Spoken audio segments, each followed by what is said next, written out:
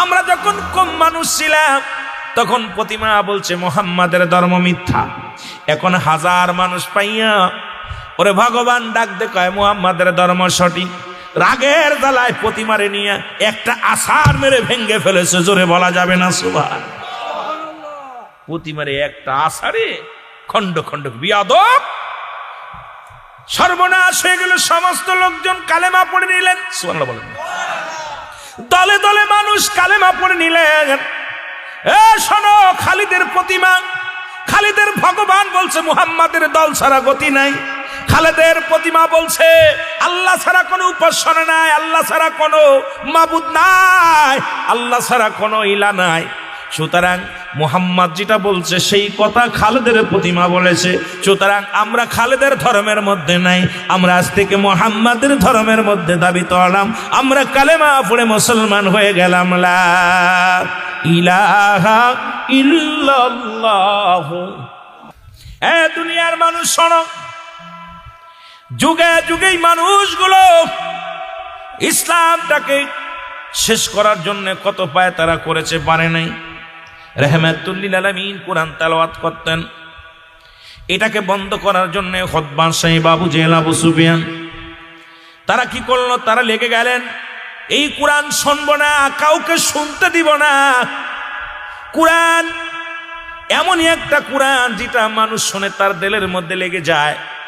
কোরআনটা যখন মানুষ শোনে অন্তরের ভিতরে লেগে যায়, মানুষগুলো সব ছেড়ে দিয়ে কোরআনের প্রতি শ্রদ্ধা, ভালোবাসা, ভক্তি, শ্রদ্ধা বেড়ে যায়। জোরে বলেন ঠিক কিনা? এই জন্য আমি বলবো যারা কোরআন পড়তে পারেন না, দয়া করে কোরআনকে ওযু করে কোরআনটা বুকের মধ্যে ধরবেন, দেখবেন শান্তি লাগবে। যদি পারেন স্ত্রীর কাছে শিখবেন, মেয়ের কাছে শিখবেন, ইমাম সাহেব হুজুরের কাছে যায় বলবেন হুজুর আমাকে কিছু সূরা পড়ায়া দেন। ইমাম সাহেব আপনাকে ধিক্কার দিবে না। যদি সিফারাটা নিয়ে বলেন হুজুর আমাকে একটা সিফারা, আমাকে একটা সূরা শিখায়া দেন, আমাকে কোরআন শরীফ পড়ব, লজ্জার কোনো কারণ নাই। কারণ এই কোরআন এত মজা পাবেন, মুসলমান কোরআনকে ভালোবাসবেন। কত মানুষ দেখেছি বুড়া কালো কোরআন শরীফ খতম করেছে, হাফেজ হয়েছে, কোরআন পড়া শিখছে। কারণ এই কোরআনের ভিতরে এত জাদু, এত মধু, যা অন্য কিতাবের মধ্যে নাই। জোরে বলেন ঠিক কিনা? মুসলমান তবে এক শ্রেণী আছে যারা কোরআনকে সারা জীবন ঘৃণা করে গেল, সারা জীবন অবমাননা করে গেল। তাদের মধ্যে খুতবা সাহেব আবু জেহেল আবু সুফিয়ান। রাসূল কোরআন পড়তো, রাসূলের কোরআন শুনে দলে দলে মক্কা মদিনার মানুষগুলো আমার নবীজির কোরআন শোনার জন্য আসতো। একদিন চার নেতা একত্রিত হয়ে বসলেন, এটা সম্ভব নয়। কারণ আব্দুল্লাহর বেটা মুহাম্মদ যদি কোরআন পড়ে, এই কোরআন শুনে মানুষগুলো মুহাম্মাদের পক্ষে চলে যায়, এই কোরআন শুনে মুহাম্মাদের দলভুক্ত হয়ে যায়। কোরআন যে কোনো কৌশলে আব্দুল্লাহর বেটা মুহাম্মাদের কোরআন পড়া বন্ধ করতে হবে।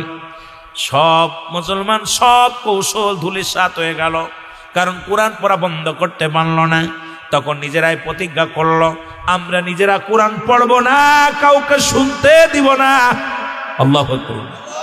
কোরআন নিজেরা পড়ব না, কাউকে শুনতেও দিব না। কিন্তু গভীর রাত্রে রাহমাতুল লিল আলামিন যখন কোরআন তেলাওয়াত করতেন, বিসমিল্লাহির রাহমানির রাহিম,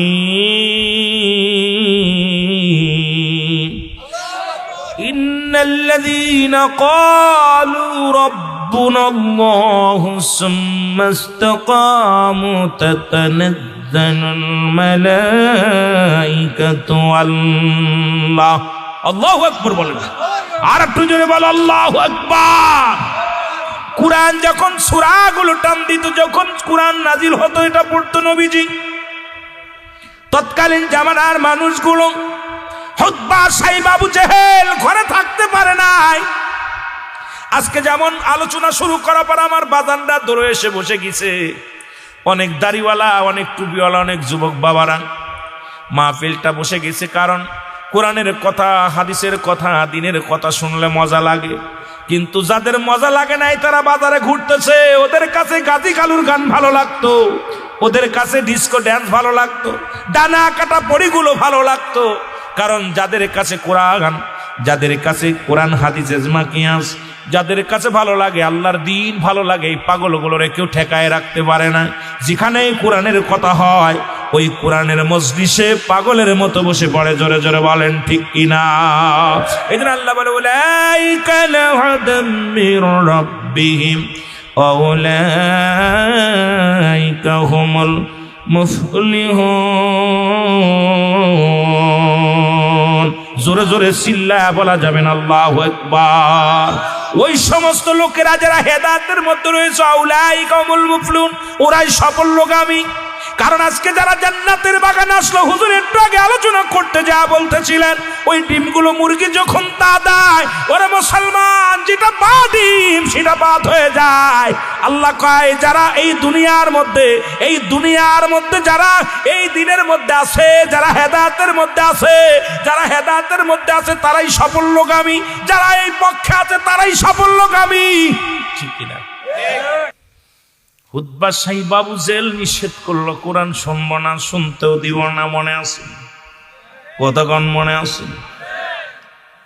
গভীর রাত্রে নবী যখন কোরআন তেলাওয়াত শুরু করেছে, নবীজি নামাজ শেষ করে কোরআন তেলাওয়াত করে মসজিদের মধ্যে বয়া বয়া, আর কোরআন মানুষের অন্তর কেড়েছে কেমন ভাবে। উতবা সাহেব আবু জেহেল, আবু সুফিয়ান সব চুপে চুপে দৌড়ায় চলে আসছে। আবু জেহেল আজকে কেউ আসবে না, আজকে মজা মেরে আমি শুনবো কোরআন। উতবা কয় আজকে কেউ কোরআন শুনবে না, আজকে আমি একা মজা মেরে শুনবো। সাহেবা কয় আমি আজকে শুনবো, কেউ আসবে না। নেতা সবগুলো হাজির হয়ে গেছে। রহমতের নবী সেদিন কোরআন তেলাওয়াত করে, আর এত মধু কোরআন যখন পড়ে মানুষগুলো দেখবেন এত মজা লাগে যখন হাফেজ সাহেব কোরআন পড়ে। এর কোরআনের পাখিগুলো যখন কোরআন তেলাওয়াত করে, আর কোরআনকে যারা ভালোবাসে দাঁড়ায় দাঁড়ায় কোরআন শুনে, জোরে বলেন ঠিক কি? আরে মুসলমান, কোরআন পড়া শুরু করছে আমার নবীজি, ওদিকে পূর্ব আকাশে লাল আবরণ হয়ে যায়। উতবা মনে করেছে যদি কেউ দেখে ফেলে, সাহেবা মনে করে যদি কেউ দেখে ফেলে। চার নেতা চারদিক দৌড় দিছে, একজনের গায়ের লগে আর একজনের ধাক্কা লাগছে, ধাক্কা গোতাগুতি লাগে। আমি? আরে কে? আমি? কই তুমি? আবু জেহেল বলে কালকে প্রতিজ্ঞা করেছিলাম কোরআন শুনবো না, কাউকে শুনতে দিব না, আজকে তুমি কেন আসছো? উতবা সাহেবা কয় আবু জেহেল রে, আমরা নাই আসছি, তুমি কেন আসছো? এরে তুমি তো প্রতিজ্ঞা করেছিলে, তুমি তো আমাদের মাস্টার মাইন্ডের এক নাম্বার লোক, তুমি আমাদের শপথ করাইছিলে শুনবা না, নিজেও শুনবা না, কাউকে শুনতে দিবা না, এখন তুমি কেন আইছো? আবু জেহেল কয় না রে না, এটা মুহাম্মাদের কোনো বানোয়াট কোনো গল্প নয়, এটা পৃথিবীর কোনো বানোয়াট রূপ কথা নয়, এটা আমার আল্লাহর কুরআন। ও দুনিয়ার মানুষ শুনে নাও, এটা আমার আল্লাহর বিধান। এই কোরআন যত শুনি ততই মজা লাগে। দুনিয়ার মানুষের লেখা কিতাব হইলে এটা মজা লাগতো না, এটা আল্লাহর বিধান, আল্লাহর কোরআন, এত মজা লাগে, এত মজা লাগে, এটা আমরা ঘুমায় থাকতে পারি নাই, আমি ঘুমায় থাকতে পারি নাই। আবু জেহেল কয় ভাই, আমি চেষ্টা করেছিলাম আজকে শুনবো না, কিন্তু আমি ঘুমায় থাকতে পারি নাই। সাহেবা কয় আমিও থাকতে পারি নাই, উতবা কয় আমিও থাকতে পারি নাই। নেতা কয় তালি একটা কাজ করি, যেহেতু আমরা পারি না, এই মক্কা মদিনার বুকে ঢোল পিটা দাও, মুহাম্মাদের কথা যে শুনবে সে কালা হয়ে যাবে, মুহাম্মাদের যে দেখবে সে অন্ধ হয়ে যাবে। কানের ভিতরে তুলা গুইজা দিয়া কালো চশমা ব্যবহার করে কালো কাপড় পরিধান করে রাস্তা দিয়ে চলা শুরু করলো। কারণ মুহাম্মাদের মধু মাখা বাণীগুলো যে শোনে সেই পাগল হয়ে যায়। মুহাম্মাদের মধুর বাণী যে শোনে, ইসলামের বাণী, সেই কালেমা পড়ে মুসলমান হয়ে যায়। আবার নবীজিকে যে দেখে সেই তো ঈমান আনে। এইটা বন্ধ করে দিলেন। মানুষ যখন সামনে আসে ওই নূরের তাজাল্লির ঢেউ চশমার কালো চশমার মধ্যে নবীজির চেহারা মোবারক দেখে ফেলেন। হারে এই মানুষটা দেখি এত দেখতে শুনতে এত ভালো, দেখি তার কথাগুলো কত সুন্দর। কথা শুনিয়া শুনিয়া অসংখ্য মুনাফিক, অসংখ্য কাফেরেরা, অসংখ্য মুসলিমেরা দলে দলে কালেমা পড়ে মুসলমান হয়ে গেছে। লা ইলাহা ইল্লাল্লাহু মুহাম্মাদুর রাসূলুল্লাহ। জোরে জোরে চিল্লা বলেন সাল্লাল্লাহু আলাইহি ওয়াসাল্লাম। আল্লাহ হলে রাব্বুল আলামিন, নবী হলে রাহমাতুল লিল আলামিন। এই রহমতের নবী এমন পাগল বানাইছে আব্দুল্লাহ ইবনে মুবারক মদিনার দিকে রওনা হয়ে গেছে গো।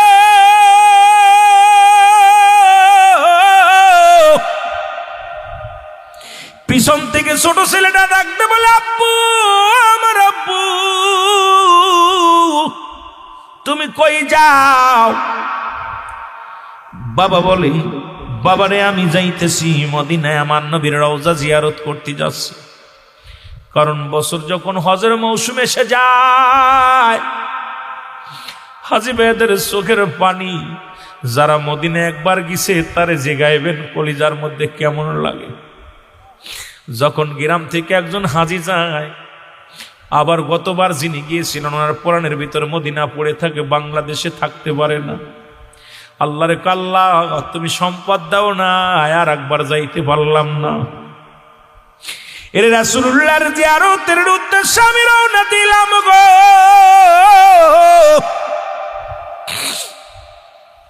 ছেলে বলে, আব্বা যান, আপনি মদিনায় যান, মদিনা জিয়ারত করতে যান, আমার একটু গোস্তর ব্যবস্থা করে দেন, আমি গোস্ত খাবো। কি খাবো? জোরে বলেন, কি খাবো? গোস্ত খাবো। হাজী সাহেব বলে, বাবারে আমি তো মদিনায় যাই, এখন গোস্ত কই পাবো? কয়, বাবা গো, আমি মক্তব থেকে আসতেছিলাম, পড়ালেখা করে আসতেছিলাম গো আব্বা যান, পথের মধ্যে দেখি গরুর গোস্তের ঘিরান, এত ঘিরান, গোস্ত রান্না করতেছে। এ আমার আব্বা যান পাশের বাড়ি গোস্ত পাকাইতেছে, এই গোস্তের ঘিরান আমারে পাগল বানাইছে। বাবা গো, আমি গিয়েছিলাম ওই বাড়িতে, একটু গোস্ত চাইলাম, আমাকে দিল না। আমার পরাণে গোস্ত শেষ, আমাকে একটু গোস্তের ব্যবস্থা করে দাও। এর কোরআন বলছে যাররা, কোরআন মানো, কোরআন তাফসীর মাহফিল মানো। কোরআনের ভিতরে একাধিকবার আছে প্রতিবেশীর বিষয় নিয়ে, যাররা যাররা। এটা তুমি কত বাড়িওয়ালা, গাড়িওয়ালা, কত টাকাওয়ালা আছো রে বাবা, আল্লাহর আদালতে জবাব দিবা কেমনে? আলোচনাটা শোনো, তারপরে জ্ঞান অর্জন করো। এ দুনিয়ার মানুষ শুনে নাও। আব্দুল্লাহ ইবনে মুবারক বলে, বাবা একটু দাঁড়া, আমি দেখে আসি। আব্দুল্লাহ ইবনে মুবারক উনি কি করলেন? বলে, বাবা চলো। কোন বাড়ি? বলে, ওই পাশের বাড়ি। বাড়িতে রওনা দিয়ে চলে গেলেন। যে সালাম দিলেন, আসসালামু আলাইকুম আলাল বাইত। একবার নয়, দুবার নয়, তিনবার সালাম দিলেন। সালামের জবাব ওয়ালাইকুম আসসালাম। ডাকতে বলে, ভাই আপনার বাড়িতে আসলাম, সালাম দিলাম, উত্তরে দেন না, এত দেরি হয় কেন? কয়, ভিতরে ছিলাম। আসছে। বলে, কি ভাই আপনি আমার বাড়িতে? এ আব্দুল্লাহ ইবনে মুবারক, আপনি বাড়ির ভিতর আসছেন, আমি ধন্য হয়েছি গো।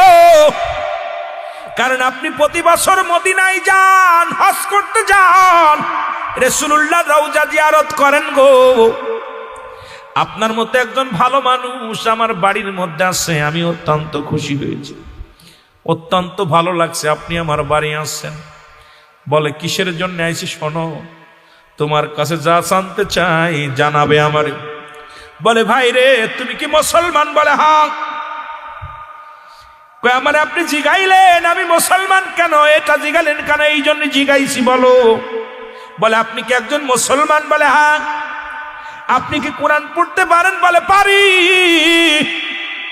বলে, কোরআনের ভিতরে প্রতিবেশীর বিষয়ে যারা ব্যবহার করছে আপনি কি দেখছেন? কয়, দেখছি।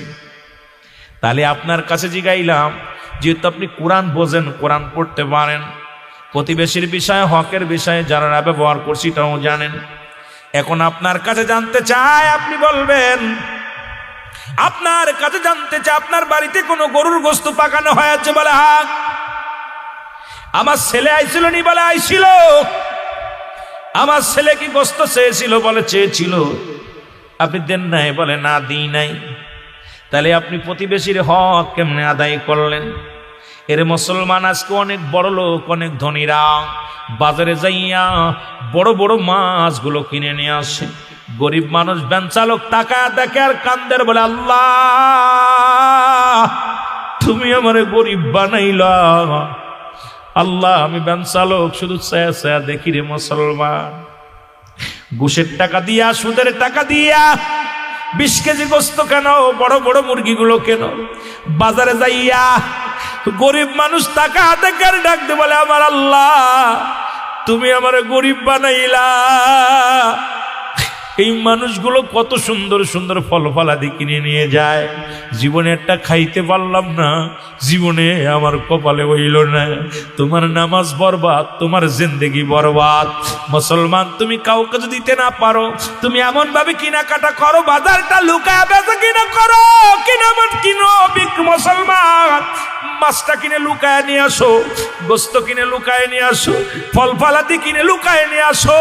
কারণ তোমার সামনে হাজারো গরিব যারা দিন আনতে পান্তা ফুরায়, যাদের সারা বছরে একদিনও কষ্ট পড়ানো হয় না, সারা বছরে চলে যায় একটু ফল তাদের কপালে হয় না। তুমি কেমন মুসলমান? তুমি কেমন মুসলমান? আল্লাহর আদালতে কেমনে জবাব দিবা? তুমি রান্না করো গোস্ত, তোমার এই গোস্তের ঘিরান যেন প্রতিবেশীর নাকে না লাগে। তুমি এমন ভাবে ঢেকে রান্না করো যেন প্রতিবেশীর নাকে না লাগে। তোমার প্রতিবেশী একজন ভ্যান চালক, রিক্সা চালক ডাক দেবে, আল্লাহ পাশের বাড়ি প্রতিদিন গোস্ত পাকায়, প্রতি সপ্তাহে গোস্ত পাকায়, তুমি আমার এমন গরিব বানাইলা, শুধু ঘিরান শোনাইলা, জীবনে একটু খাওয়াইলা না। তোর নামাজ বরবাদ, তোর জিন্দেগি বরবাদ, তোর ঈমান বরবাদ, সব বরবাদ হয়ে যাবে। আজকে প্রতিবেশীর হক যদি আদায় করতে পারতাম, আমার দেশের মানুষগুলো শান্তির মধ্যে থাকতো, আমার দেশের মানুষগুলো সুখের মধ্যে থাকতো, বাংলাদেশের মানুষগুলো বিক্রি করে খাওয়া লাগতো না। গরিবগুলো যদি, বড়লোকগুলো যদি জাকাত ঠিক মতো দিত, ধনীরা যদি জাকাত দিত, এই মুসলমান করিমপুরের জমিনের মানুষগুলো যারা ধনী আছে, এই করিমপুরের মানুষ বড় লোকরা যদি গরিবরা ঠিক মতো জাকাত আদায় করতো গো, এই গ্রামের মধ্যে গরিব মানুষ পা বড় দুরস্কার হয়ে যেত। আসলে কিন্তু আমাদের ভিতরে কি যেন ঢুকে গেছে, শুধু দুনিয়া, দুনিয়ার পাগল হয়ে গেছি। জোরে জোরে চিল্লায় বলা যাবে না, ঠিক কি না? এ দুনিয়ার মুসলমান।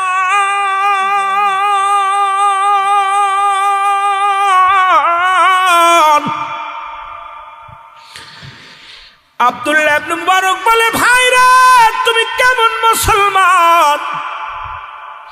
আমার কলিজার টুকরা চাইল, গোস্ত তুমি দিলে না।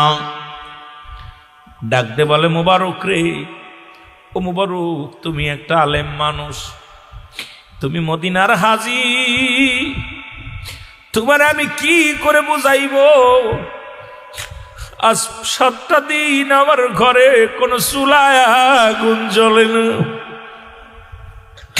এ ভাই মুবারক রে, আমার ছোট্ট ছোট্ট মাসুম বাচ্চাগুলো ক্ষুধার যন্ত্রণায় কান্দে। প্রতিদিন আমি বাজারে যাই, ব্যাগ লয়ে বাজারে যাই, কাজ পাই না, শূন্য ব্যাগ নিয়ে বাড়ি ফিরে আসি। প্রতিদিন আমি বাজারে যাই, কেউ কাজ দেয় না, আমি শূন্য ব্যাগ নিয়ে চলে আসি। আজকে যখন যাইতেছিলাম, আমার ছোট্ট মাসুম বাচ্চারা ডাকবে, বলে আব্বু আর পারছি না, আজকে যদি খাবারের ব্যবস্থা না করো বাবা গো, আর হয়তো বাঁচব না রে। এই দুনিয়া থেকে বিদায় নিয়ে যাব, মারা যাব গো। বাবা গো, তোমার কি সন্তানের জন্য মায়া লাগে না? তোমার কি সন্তানের জন্য দয়া লাগে না?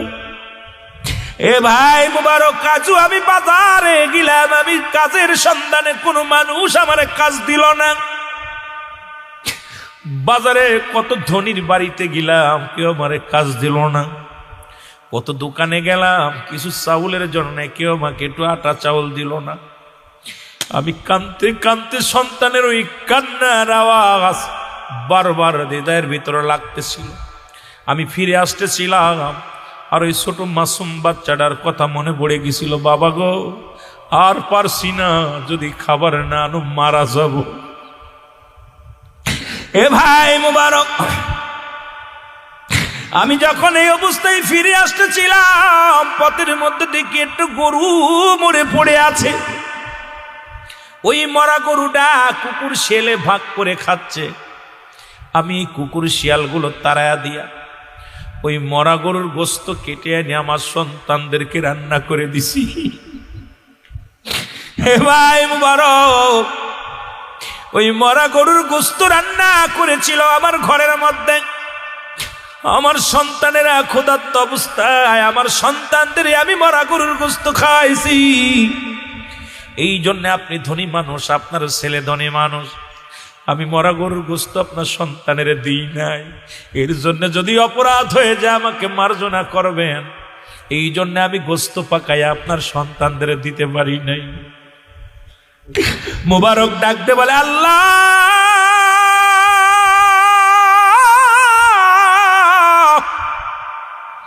আমি তোমার দরবারে কি জবাব দিব গো? আমার প্রতিবেশী খোদার যন্ত্রণায় না খেয়ে মরা গরুর গোস্ত খাইছে রে। তোমার দরবারে যখন প্রতিবেশী আমার বিরুদ্ধে নালিশ করবে, আমি কি জবাব দেব তোমার দরবারে? আল্লাহ ডাক দিয়ে বলে, ভাই রে একটু ধৈর্য ধরেন, আমি আসি। চলে গেলেন মুবারক বাড়িতে। বাড়ি যে ডাকতে বলে, ও গিন্নি তাড়াতাড়ি চাউল দাও, ডাউল দাও, যা যা সে দাও। আমি এবার মদিনায় যাব না, হজ করতে যাব না। আমার দেশের কত হাজি রমজান মাসে হজ করতে চলে যায়, থাকে কত কুরমা পলোয়া খায়। তোমার বাড়ির প্রতিবেশী একটা খেজুরও খাইতে পারে না, চাউল ইফতার করে রে মুসলমান, বাসি ভাত খেয়ে রোজা রাখে। আর তুমি আজি সাপ মদিনায় যায় কত দৌড়াদৌড়ি করো সবের উদ্দেশ্যে। কত ধনী রে আমার দেশের ধনীগুলো মদিনায় যায় ঘোরাঘুরি করার কয় লাব্বাইক ইয়া রাসূলুল্লাহ। মনে করছো গুনাহ মাফ হয়ে যাবে, আর প্রতিবেশীর হক আদায় না করে তুমি ঘোরাঘুরি করলা। প্রতিবেশী একটা খেজুরও পায় না, প্রতিবেশী একটু খানা ভালো খানা পায় না। এমনও বাড়ি আছে পানি খেয়ে রোজা রাখে, পানি খেয়ে ইফতার করে, এমনও ফ্যামিলি আছে কি আছে না? এ দুনিয়ার মানুষ শুনে নাও, গভীর মনোযোগ। ডাকতে বলে, বিবি রে টাকা পয়সা যা আছে দাও, আমি এবছর মদিনায় যাব না, মদিনায় যাব না। কারণ আমার নবীজি দরবারে যদি যায়, আল্লাহ যদি আবার ক্ষমা না করে। আরে আমার প্রতিবেশী আর 7 দিন না খেয়ে আছে, আমি কি জবাব দিব আল্লাহর দরবারে? আমি আল্লাহর দরবারে কোনো বিচার জবাব দিতে পারবো না। নিজের মাথায় বহন করে চাউল ডাউল নিয়ে আসলেন, এনে ডাকতে বলে, ভাই রে এই নাও রান্না করো, এটা খানা খাও, সন্তানদের খাওয়াও, আরো লাগলে আমারে বলবা। আমি তো এসে খবর নিতে পারি না, আমার দরকার ছিল প্রতিবেশীর খবর নেওয়া, আমি তো নিতে পারি না, আমি মদিনায় যাব না। মুসলমান 45 দিন শেষ হয়ে গেল, হাজের মৌসুম শেষ হয়ে গেল। হাজিরা বাড়ি ফিরে আসলো, হাজিরা দলে দলে বাড়ি ফিরে আসলো, সবাই মিলে এসে চলে আসলো মুবারকের বাড়ি। ডাকতে বলে, আব্দুল্লাহ ইবনে মুবারক রে তুমি কেমন মানুষ? একুতাবুর মধ্যে নামাজ পড়লাম, কত রাসূলুল্লাহ রওজা জিয়ারত করলাম, একসাথে কত দৌড়াদৌড়ি করলাম। তুমি কবের ফ্লাইটে আসলা, কবে আসলা রে মুবারক? আমাদের না বলে চলে আসলা। মুবারক বলে, আল্লাহর কসম করে বলি এবছর আমি মদিনায় যাই না। এই বছর আমি রাসূলুল্লাহর রওজা জিয়ারত করি নাই। লোকজন বলে আপনি হাজি মানুষ, মিথ্যা বলেন কেন? একই সাথে নামাজ পড়লাম, একই সাথে রাসূলুল্লাহর রওজা জিয়ারত করলাম, একই সাথে দৌড়াদৌড়ি করলাম, কত না একই তাঁবুর মধ্যে থাকলাম। আপনি বলেন জান নাই?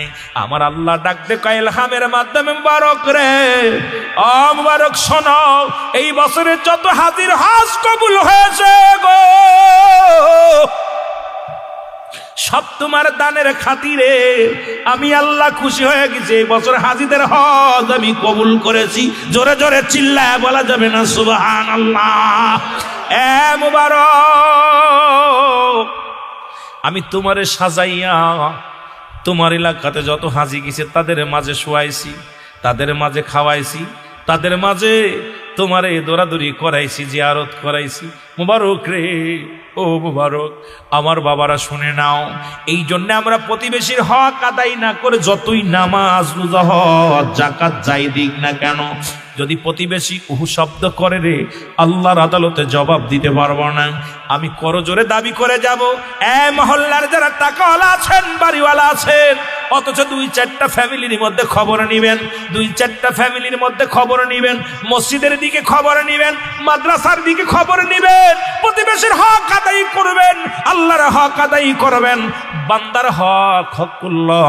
ও মুসলমান শুনে নাও, এরে আল্লাহর হক, বান্দার হক, এই হকগুলো যদি আদায় না করে যাও, আল্লাহর আদালতে ধরা পড়ে যাবা, বাঁচতে পারবা না। এই জন্য মুসলমান আমি করজোর অনুরোধ করে যাই, এইগুলোর বিধান, ইসলামের বিধান মেনে যদি আমরা চলতে পারতাম, কোরআনের বিধান মেনে যদি আমরা চলতে পারতাম, এই দুনিয়ার মধ্যে হাদিসের বিধান যদি মেনে চলতে পারতাম, আমাদের মধ্যে শুধু শান্তি আর শান্তি ফিরে আসতো। জোরে বলেন ঠিক কিনা? আর একটু জোরে জোরে চিল্লায় বলেন আল্লাহু আকবার। আল্লাহ বলে, হাবিব জানাত আমি আল্লাহ এক, আমি আল্লাহ এক। ও আলেমরা শুনে নাও, ভালো করে শুনে নাও, আল্লাহ কয় বান্দা আমি আল্লাহ এক।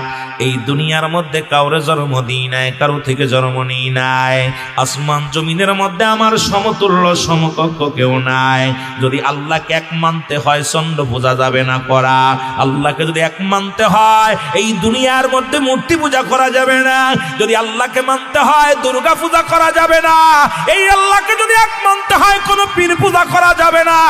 আল্লাহকে যদি এক মানতে হয়, কোনো মানুষকে সিজদা করা যাবে না। আল্লাহকে যদি এক মানতে হয়, এই দুনিয়ার মুখাফেক্কি হওয়া যাবে না। দুনিয়ার মুখাফেক্কি যারাই হলো, ঈমান তাদের দুর্বল হয়ে গেল। এই দুনিয়ার মুখাফেক্কি যারা হলো, আল্লাহকে তারা ভুইলা রইল। আল্লাহ মুখাফেক্কি দুনিয়ার সমস্ত মাখলুকাত গুলো, আমরা মুখাফেক্কি হতে চাই কার?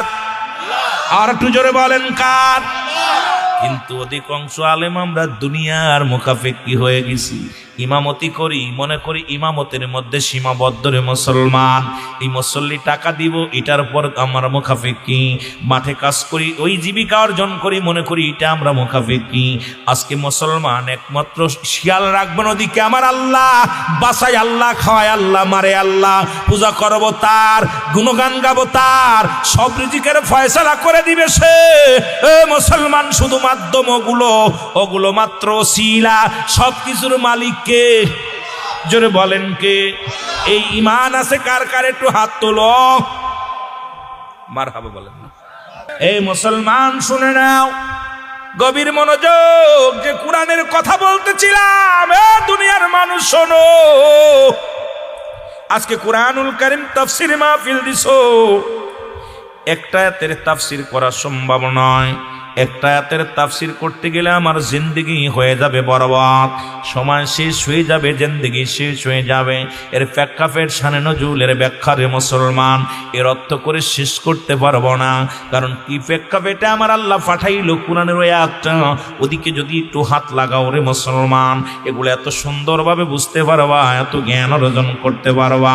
কিন্তু আমরা তো আলেম ওলামা, কোরআনের নামে চলো না, একটা আয়াত পাঠ করে শুধু গয়বাত আর গীবাত আর পর নিন্দা, আইয়া শুধু সমালোচনার পাত্র বানাইয়া এর বক্তার নাম করলাম অমুক বক্তা আইছে, মানুষকে একদম শুলে ফেলছে, বক্তার বাহাদুরি দেখায়। 3 প্রকার বক্তা কিয়ামতের ময়দানে জাহান্নামে যাবে। তার মধ্যে 1 নাম্বার আলেম। যে সমস্ত আলেম জ্ঞান অর্জন করছে অন্য আলেমকে কতল করার জন্য, এই আলেম অর্জন করেছে জ্ঞান অন্যকে মুসলমান পরাজয় করার জন্য, শুধু বায়াতে জিতার জন্য। যে এলেম অর্জন করেছে সেই আলেমগুলো জাহান্নামে যাবে। 2 নাম্বার আলেম, যে ব্যক্তি দুনিয়া হাসিলের জন্য এলেম অর্জন করেছে সেও জাহান্নামে যাবে। 3 নাম্বার আলেম, দুনিয়ার মধ্যে শান শৌকাত সুনাম অর্জন করার জন্য এলেম অর্জন করেছে, এদেরকে আমার আল্লাহ ছুঁড়ে মারবে জাহান্নামে। সুতরাং আমার দৃষ্টিশক্তিতে দেখতেছি বাংলাদেশে অধিকাংশ আলেমই এই 3 ভাগে বিভক্ত হয়ে গেছে। জোরে বলেন ঠিক কিনা? আল্লাহ বলেন এই কোরআন মানবে কারা, কোরআনের ভুল ধরবে না কারা, কোরআনকে ভাবে একভাবে আমার কিতাব আমার কোরআন বলে মেনে নিবে কারা? আল্লাহ বলেন তারা হুদাল লিল মুত্তাকিন, হেদায়েত প্রাপ্ত বান্দা যারা হবে, হেদায়েত প্রাপ্ত মানুষ যারা হবে, এই কোরআন মেনে নিবে, এর মধ্যে ভুল ধরবে না। এখন ওই কোরআনকে দেখলেই সুমা দেয়, কোরআনের একটা আয়াত যখন পড়ে থাকে রে মুসলমান, এই মানতে পারে না, কোরআনকে অবমাননা করলে মানতে পারে না, কোরআনের প্রতি অবব্যাখ্যা করলে মানতে পারে না। এই কোরআনের পাখি যারা, কোরআনকে ভালোবাসছে যারা গো, হাদিসকে ভালোবাসছে যারা, ইসলামকে যারা ভালোবাসছে, এদের কলিজার মধ্যে শুধু আল্লাহর বিধান ঢুকছে, দুনিয়া ঢুকাইতে পারে নাই। এই জন্য তো তাদের অন্তর কাঁদে, তাদের মন কান্দে, তাদের দেহ কান্দে, তাদের জীবন। ও মুসলমান, কোরআনের জন্য গড়েছে রে মুসলমান। এই কোরআন শুনলেই মনে হয় অনেক কোরআন, যার পরিবর্তন নাই। জোরে জোরে চিল্লায় বলেন ঠিক কিনা? আর একটু জোরে জোরে চিল্লায় বলা যাবেন আল্লাহু আকবার। হেদায়েত প্রাপ্ত বান্দা যারা, এরা কখনো দোকট মারার জায়গা নাই, সময় নাই। তাদের একটাই চিন্তা, এটা সত্য, আহা পানির মতো সত্য, এটা পানি সত্য, আল্লাহর কোরআন, এটা এমন ভাবে তারা আঁকড়ে ধরছে যেটা আল্লাহর বিধান। উতবা, সাইবা, আবু জেহেল, আবু সুফিয়ান, তারা চেষ্টা করেছিল যে কোরআনের মতো আর একটা কিতাব লিখবে, পারে নাই। নবীজি বলছে তোমাদের সুযোগ দেওয়া হলো, লেখো। একটা সূরা লিখতে পারেনি। যখন ওরা অনেক কবিতা বানাইছে, কবিতা বানায় বানায় সুর দিয়ে পড়ছে, মানুষ শোনে নাই। একবার শুনলে দ্বিতীয়বার ওটাকে সুরে মারছে। কিন্তু খোদার কোরআন, এই যে সূরা ফাতিহা নাজিল হয়েছে, দেখেন আপনাদের ইমাম সাহেব প্রতিদিন 5 ওয়াক্ত পড়তেছে, তারপরেও আপনার মাগরিব, ঈশা, ফজর পড়তে সূরা ফাতিহা। বিসমিল্লাহির রহমানির রহিম, আলহামদুলিল্লাহি রাব্বিল আলামিন, আর রহমানির রহিম, মালিকি ইয়াউমিদ্দিন, ইয়াকা না'বুদু ওয়া ইয়াকা নাস্তাঈন, ইহদিনাস সিরাতাল মুস্তাকিম, সিরাতাল লাযীনা আন'আমতা আলাইহিম, গায়রিল মাগদুবি আলাইহিম ওয়ালাদ-দাল্লিন।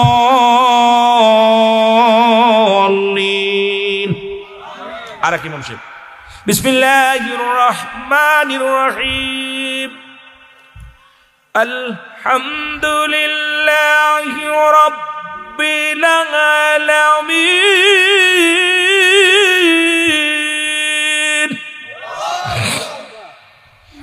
আর রহমানির রহিম।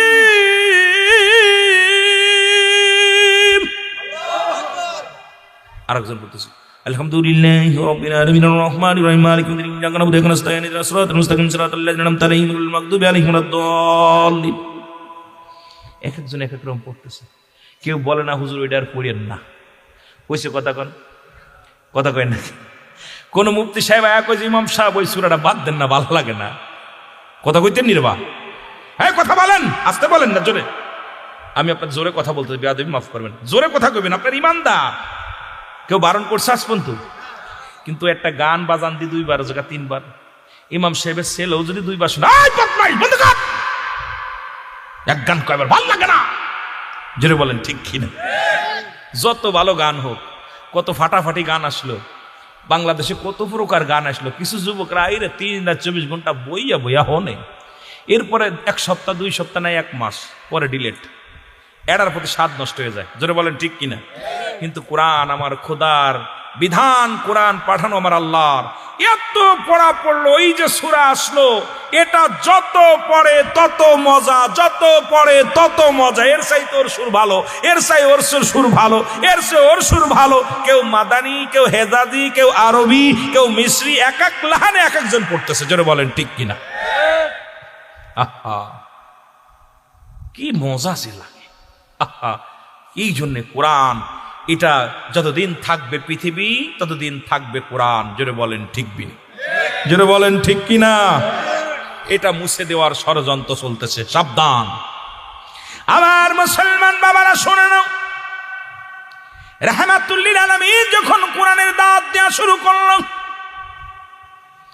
তৎকালীন জামানায় সবচেয়ে বড় কাফের নাম হলো অলিদ। নাম কি? অলিদ। ইন্নাল্লাযীনা কাফারু, নিশ্চয়ই যারা কুফরি করে, এক শ্রেণী আছে, শুনবেও না, আজকের মাহফিল করতেছেন, এক শ্রেণী আছে, কই এত টাকা পাইলো কই, এটা করতেছে কই থেকে, এটা হস্তে কই থেকে। ওদের ভিতরে নিজেরাও ধোকার মধ্যে আছে। আল্লাহ কদের জন্য আমি রেখে দিলাম লিল কাফিরিন, ওই কাফের বেঈমান মুনাফিকদের জন্য আমি আল্লাহ প্রস্তুতি করে রাখলাম 7-7টা জাহান্নাম। জোরে বলো আল্লাহু আকবার। মদিনা যাইতে পারলাম না, মদিনা। আমি গজলটা গাইছিলাম শুধু দুজন হাজির নাম দেখা। আহারে, প্রথম হাজি আব্দুল মতিন সাহেব, দ্বিতীয় হাজি নাতুমিয়া সাহেব। দেখলাম দুজনই হজ করে আসছেন। নবীজির রওজা জিয়ারত করলে মাসুমের মাসুম করে দেওয়া হয়। পোস্টারের ভিতরে প্রথম যিনি আজকের প্রধান অতিথি উনিও হাজি, এরপরে আজকের দিন বিশেষ মেহমান উনিও হাজি। আয় হায়, প্রধান বিশেষ মেহমান দুজনই হাজি। আর সব এত মজা লাগতেছে। এরপরে বিশেষ অতিথি, তার মধ্যে হাজি আছে 1 2 3 হাজি। মারহাবা বলেন না? মদিনায় যাইতে পারলাম না, মদিনা দেখতে পারলাম না, মদিনা। গজল গাইলে আমার লাভ, আপনাদের লস, কারণ আমি সময় লস করতে, আমি কখনো সময় লস করে আলোচনা করি না। আলোচনা চলবে তো চলবে। ওই যে মানুষের ধোঁকা দিয়া, এটা শিখিনি এখনো। জোরে মদিনায় যাইতে পারলাম না, মদিনা দেখিতে পারলাম না, মদিনা।